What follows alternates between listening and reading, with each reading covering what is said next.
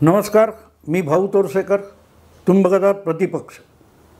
मित्रांनो, मराठा आरक्षणाचा विषय दिवसेदिवस चिघळत चाललेला आहे. आणि मी चिघळत चालला एवढ्यासाठी म्हणतोय की ज्याची फलश्रुती नजरेच्या टप्प्यात नाही आहे किंवा अपेक्षाही करता येत नाही, अशा परिस्थितीतला जो विषय आहे त्याचा तडकाफडकी निर्णय घ्या असा आग्रह तुम्ही कितीही धरलात तरी तो शक्य होणार नाही. कारण ज्या कायद्याच्या आणि कोर्टाच्या कचाट्यात मराठा आरक्षणाचा विषय फसलेला आहे तो तुम्ही कितीही राजकीय दडपण आणलं तरी सुटणार नाही. याचं कारण मित्रांनो, आपल्याला मराठा आरक्षणाचा इतिहास किती माहिती आहे, अगदी जरांगे पाटलांना सुद्धा किती माहिती आहे असा प्रश्न विचारणं भाग आहे. उत्साहामध्ये दंगल करता येते, पण दंगलीचे जे परिणाम असतात ते आपल्यालाच भोगावे लागत असतात, हे पण विसरता कामा नये. मी वारंवार गिरणी संपाचं उदाहरण देतो, कारण दत्ता सामंत खूप आक्रमक वाटत होते, पण दत्ता सामंत संप बारगळल्यानंतर बाजूला राहिले आणि 2.5 लाख गिरणी कामगार देशोधडीला लागले. आणि 2.5 लाख कामगार याचा अर्थ कमीत कमी 10 लाख माणसं देशोधडीला लागली. कारण हे गिरणी कामगार होते, वर्षानुवर्ष गिरणीमध्ये कामधंदा करणारे होते आणि त्यांची कुटुंब त्यावर विसंबून होती. ते सगळी कुटुंब बघितली तर कमीत कमी 10 लाख लोक देशोधडीला लागले. एक पिढी वाया गेली. आता तिसऱ्या पिढीत त्यांचे काही लोक हे आपल्या हातापायावर उभे राहण्याची पाळी आलेली आहे, वेळ आलेली आहे, पण त्याच्यामध्ये एका पिढीचं खच्चीकरण झालं. मुद्दा असा असतो मित्रांनो की एखादा आग्रह धरताना त्याचा परिणाम काय होईल आणि त्याचा दुष्परिणाम काय संभवतो याचाही विचार करायला लागतो. आणि हा विषय आजचा नाही आहे. आज कोण एकनाथ शिंदे असतील, काल परवा उद्धव ठाकरे होते, त्याच्या आधी देवेंद्र फडणवीस होते. पण मराठा आरक्षणाचा इतिहास आपण बघितला तर मग देवेंद्र फडणवीसांनी त्या दिशेने टाकलेलं एक पाऊल तरी होतं.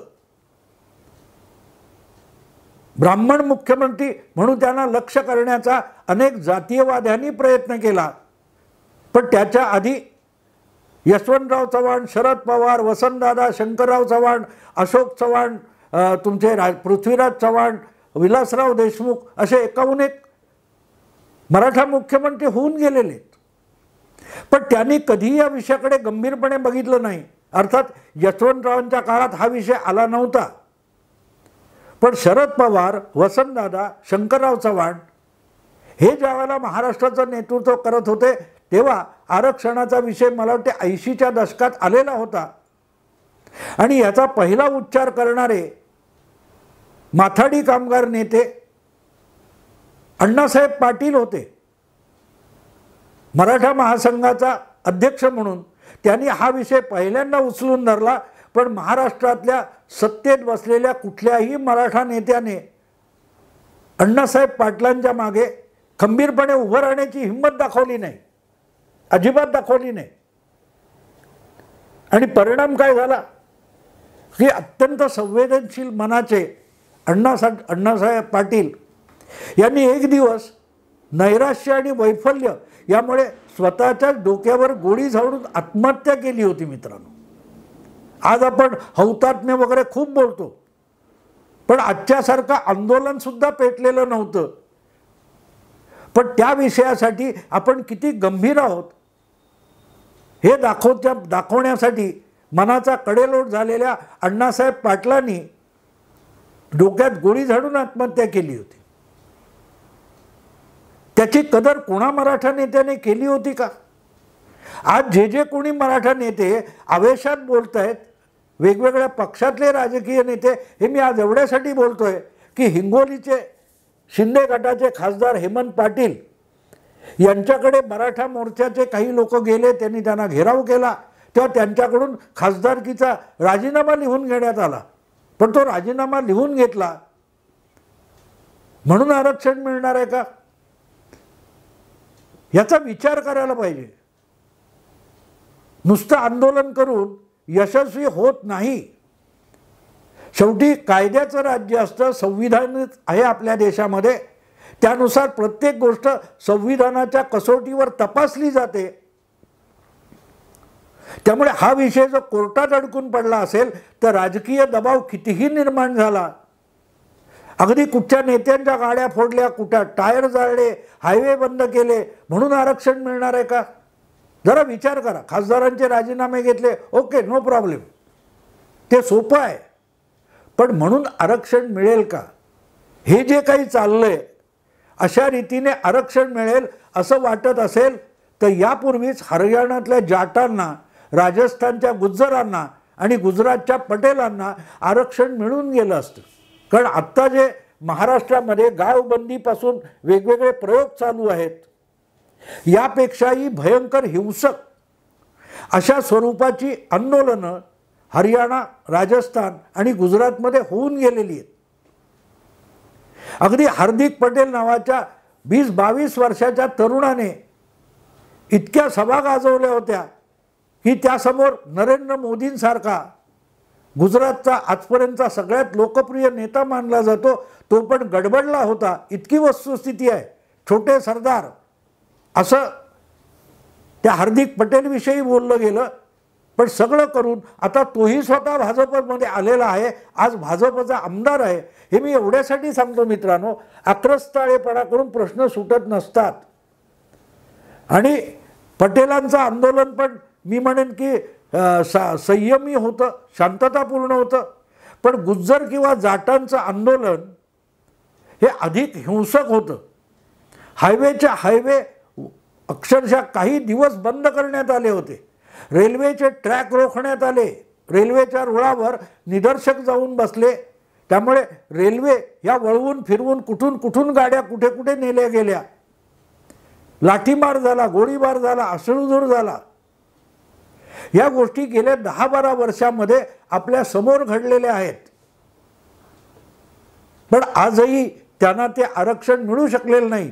आणि मला आठवतं त्याप्रमाणे राजस्थानमध्ये महाराष्ट्रासारखंच विधानसभेचा काय तो प्रस्ताव पास करण्यात आला होता आणि गुज्जरांना आरक्षण देण्याचा प्रस्ताव संमत केल्यानंतर सुप्रीम कोर्टात जाऊन तो परत फसला. जसं महाराष्ट्राचं आरक्षण, मराठ्यांचं आरक्षण हे देवेंद्र फडणवीस या मुख्यमंत्र्याने पहिल्यांदा दिलं. मराठा मुख्यमंत्री इतके झाले, त्यांनी त्यासाठी एक पाऊलसुद्धा पुढे टाकलं नव्हतं. पण ज्या फडणवीसांना आज जातीवरून लक्ष करण्याचा प्रयत्न होतो, त्यांनी निदान अपयशीच का होईना पण प्रयत्न केला. आणि नुसता प्रयत्न केला असं नाही, ज्या प्रकारचा प्रस्ताव विधानसभेत संमत करून घेतला तो हायकोर्टात सुद्धा कायद्याच्या कसोटीवर टिकलेला होता. तो फसला सुप्रीम कोर्टात जाऊन, आणि सुप्रीम कोर्टात जाऊन फसला त्यावेळेला देवेंद्र फडणवीस हे विरोधी पक्षनेता होते. त्यांना विरोधी पक्षात बसायची पाळी ज्यांनी आणली त्यांनी सुप्रीम कोर्टामध्ये मराठा आरक्षणाला बुडवलेलं आहे. कारण जर 2019 नंतर परत एकदा देवेंद्र फडणवीस हेच मुख्यमंत्री झाले असते तर सुप्रीम कोर्टात सुद्धा मराठा आरक्षण त्यांनी दिलेलं होतं हे वाचवणं ही त्यांची जबाबदारी झाली असती. पण त्यांना बहुमत मिळवून महायुतीला बहुमत मिळाल्यानंतर सुद्धा त्यांना विरोधात बसायची ज्यांनी ज्यांनी पाळी आणली त्यांनी मराठा आरक्षण सुप्रीम कोर्टात टिकवण्यासाठी काहीही केलं नाही. तारखावर तारखा पडत होत्या.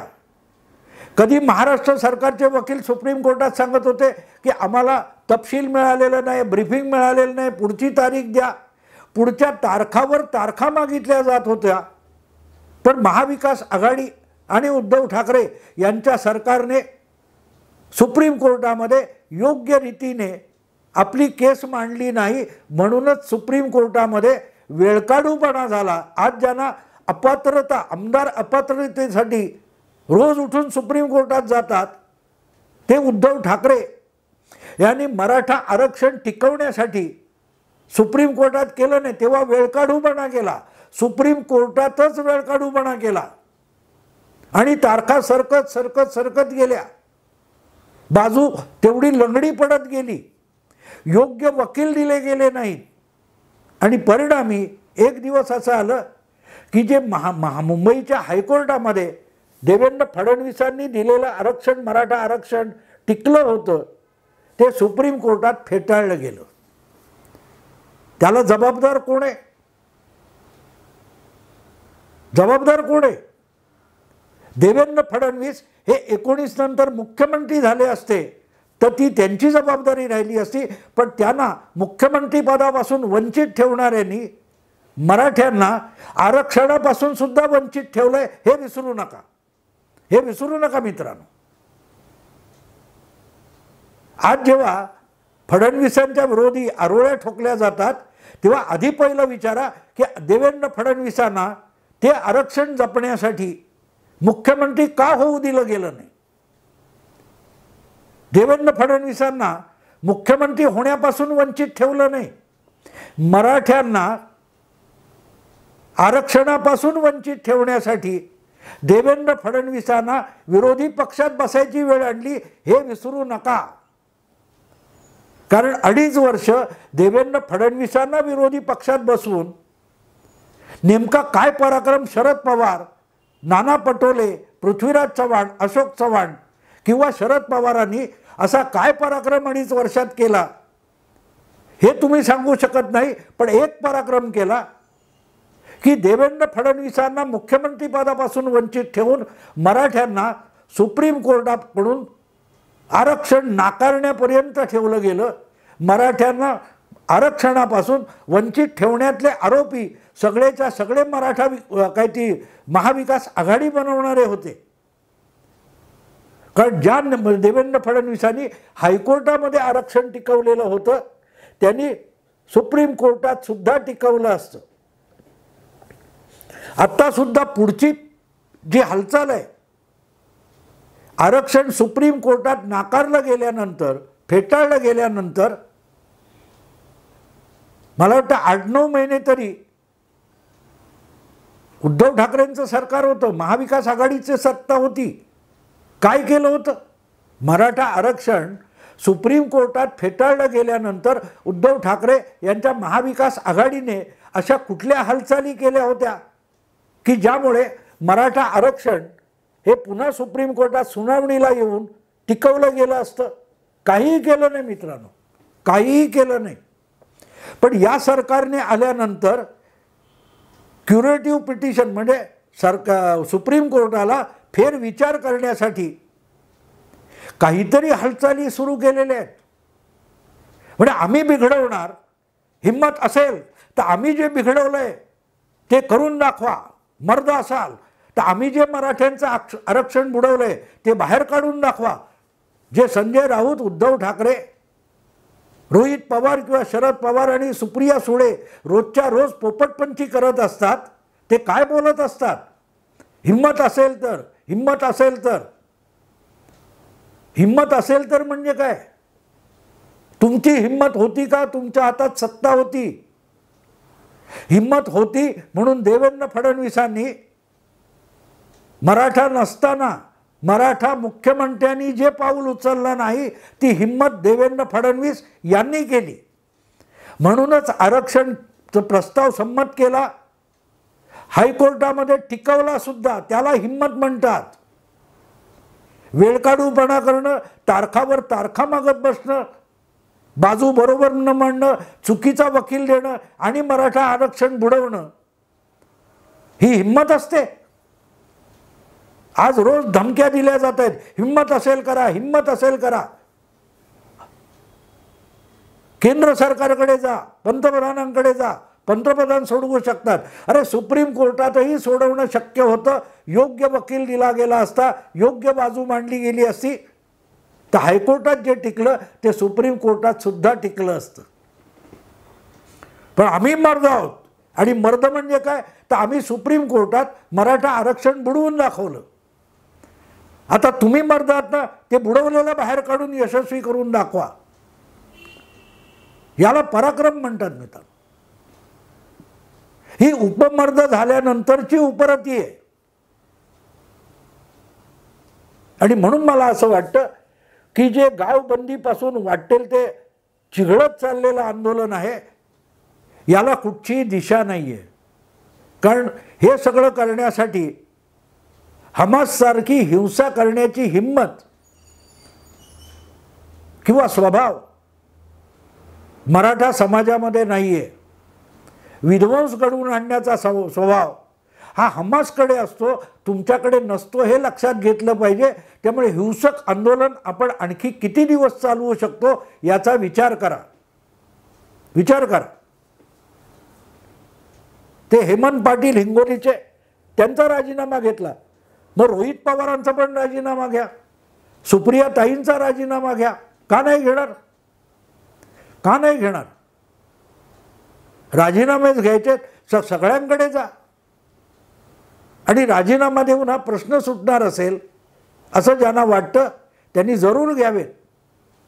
पण अशा राजीनाम्याने प्रश्न सुटलेले नाहीत. आणि म्हणून तुमच्यासमोर मी ती वारंवार उदाहरणं ठेवतोय. हरियाणातले जाट, राजस्थानमधले गुज्जर आणि गुजरातमधले पटेल, ते का टिकले नाहीत हे लक्षात घ्यावं लागतं. आणि मला एक मोठी गोष्ट आठवते. ज्यावेळेला राजस्थानच्या गुज्जर आरक्षणाविषयी सुप्रीम कोर्टात विषय झाला, तेव्हा राजस्थानच्या वकिलांनी सुप्रीम कोर्टाला सुनावलं होतं की तुम्ही आम्हाला अडवत असाल तर आम्ही हा कायदा परत संमत करू आणि तो 9व्या परिशिष्टामध्ये टाकू, 9th शेड्यूलमध्ये. 9व्या परिशिष्टामध्ये मला वाटतं 100-150 कायदे आहेत की ज्याची चिकित्सा सुप्रीम कोर्ट करू शकत नाही. सामाजिक न्याय म्हणून जे कायदे केले त्याची कोर्टालाही चिकित्सा करण्याचा अधिकार घटनात्मक मार्गाने 9व्या परिशिष्टात नाकारला गेलेला आहे. जे तमिळनाडू 69% म्हटलं जातं, याचं कारण तिथली मोठी लोकसंख्या ही तळागाळातली आहे आणि त्यामुळे जयललिता त्यासुद्धा ब्राह्मण होत्या, लक्षात घ्या. परत जयललिता नावाच्या ब्राह्मण महिला मुख्यमंत्री असताना त्यांनी तमिळनाडूतल्या सगळ्या खालच्या जातींचं आरक्षण म्हणून 69% नेलं आणि ते तेव्हा 9व्या परिशिष्टामध्ये टाकलं, म्हणून ते सुप्रीम कोर्टात टिकलंय. पण ज्या वेळेला गुज्जर आरक्षणाचा विषय सुप्रीम कोर्टात आला तेव्हा राजस्थानच्याही वकिलांनी सुप्रीम कोर्टाला जणू काही इशारा दिला, धमकी दिली की मग आम्ही परत हेच संमत करू आणि 9व्या शेड्यूलमध्ये टाकू, 9th शेड्यूलमध्ये. त्या सुप्रीम कोर्टाच्या घटनापीठाने त्यांना सांगितलं होतं का खंडपीठाने की जर 9व्या शेड्यूलमध्ये टाकलं तर आम्ही 9वं शेड्यूल पण चिकित्सेला उघड करू आणि मग त्यात आजपर्यंत सुरक्षित असलेले सगळे कायदे, अगदी तमिळनाडूतलं 69% आरक्षणसुद्धा चिकित्सेचा विषय होईल. आणि मग ज्यांना 9व्या परिशिष्टाचा संरक्षण मिळालेलं आहे ते सगळे कायदे हे चिकित्सेला मोकळे होतील, तपासणीला मोकळे होतील. तेव्हा गुपचूप राजस्थानच्या वकिलांनी माघार घेतली आणि आजपर्यंत राजस्थानमधल्या गुज्जरांना आरक्षण मिळू शकलेलं नाही. तर ह्या सगळ्या गोष्टी लक्षात घ्यायला लागतात. तुम्ही कुठलीही गोष्ट करायला जाल तर नुसता कायदा करून चालत नाही. एका बाजूला संविधान वाचवायचे म्हणून बोंबलणारे जे आहेत ते सुद्धा ज्या वेळेला आरक्षणाच्या अशा चिघळण्याला सपोर्ट देतात तेव्हा आश्चर्य वाटतं की आरक्षणसुद्धा संविधानाच्या चौकटीत बसवावं लागतं आणि ते संविधानाच्या चौकटीत आहे किंवा नाही हे सुद्धा सुप्रीम कोर्ट ही फायनल ऑथॉरिटी आहे. आणि म्हणून योग्य मार्ग कुठचा आहे तर सुप्रीम कोर्टामध्ये ते जे आरक्षण आहे ते क्युरेटिव्ह पिटिशनच्या मार्गाने मंजूर करून घेणं, रस्त्यावर टायर जाळून किंवा गाड्यांवर दगडफेक करून किंवा कोणाला निवडून आलेल्या लोकांना गावबंदी करून आरक्षण मिळण्याची बिलकुल शक्यता नाही. हां, ठीक आहे, ज्यांना लोकांची माथी भडकवायची असतात किंवा खुडी आशा दाखवायची असते त्यांच्यासाठी ह्या गोष्टी सोप्या असतात. सोपे असतात. अगदी कर्नाटकमध्ये काल परवा काँग्रेसने निवडणूक जिंकली तेव्हा प्रचंड आश्वासनं देऊन टाकली की बेकार भत्ता देणार, काय 1000 5000, आणि निवडणूक जिंकल्यानंतर बेकार भत्ता चालू केला, पण तो फक्त 6 महिन्यासाठी होता. 6 महिन्यात तुम्ही नोकरी मिळवा, नंतर तुमचा बेकार भत्ता बंद होणार. आणखीन काय वेगवेगळ्या ज्या आश्वासनं दिली होती, सवलतीची वीज, काहीही आश्वासनं काँग्रेस सरकार बनवल्यानंतर पूर्ण करू शकलेली नाही.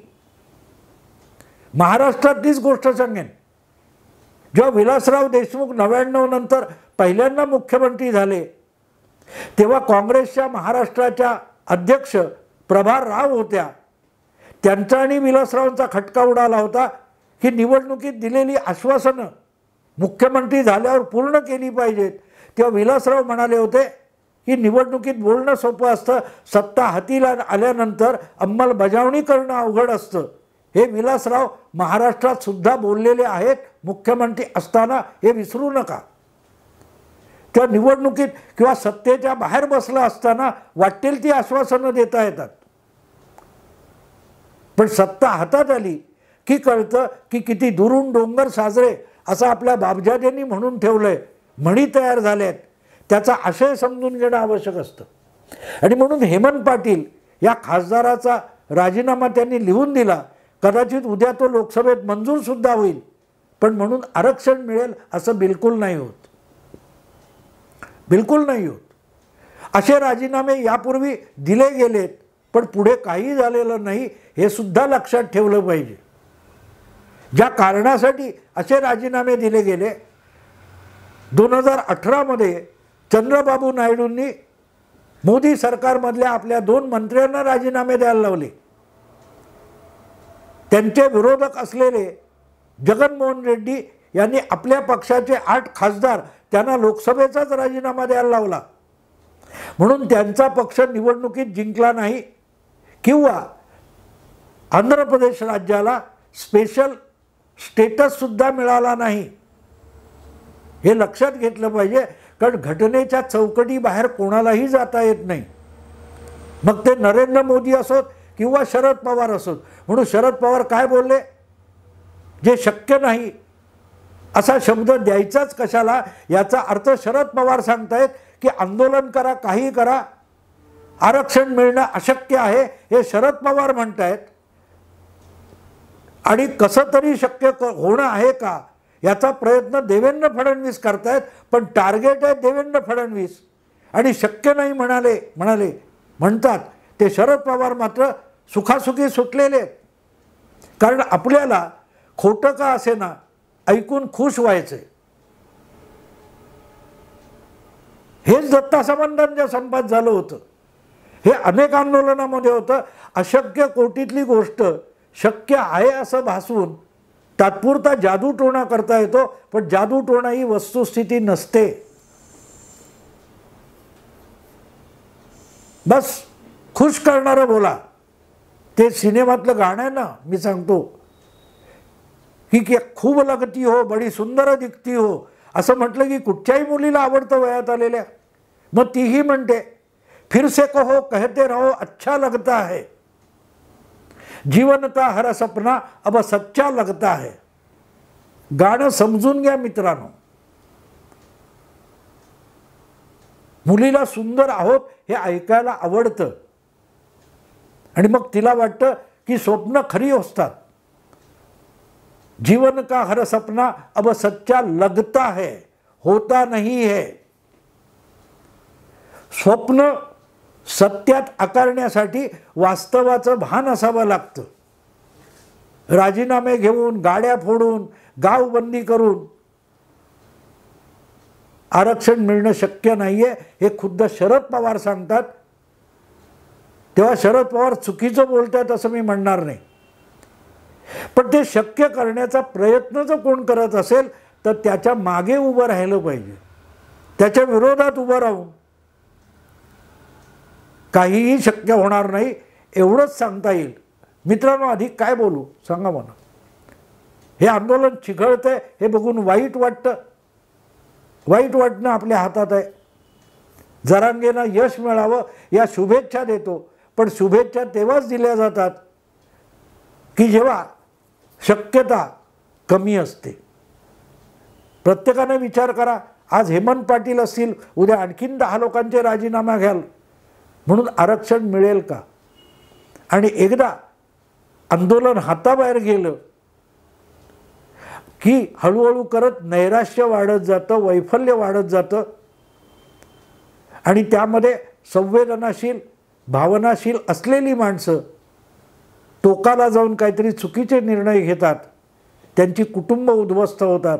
एवढं जरी लक्षात ठेवलं तरी खूप आहे. आत्ता इथेच थांबतो. आवडलं लाईक करा, शेअर करा, सबस्क्राईब करा. नमस्कार.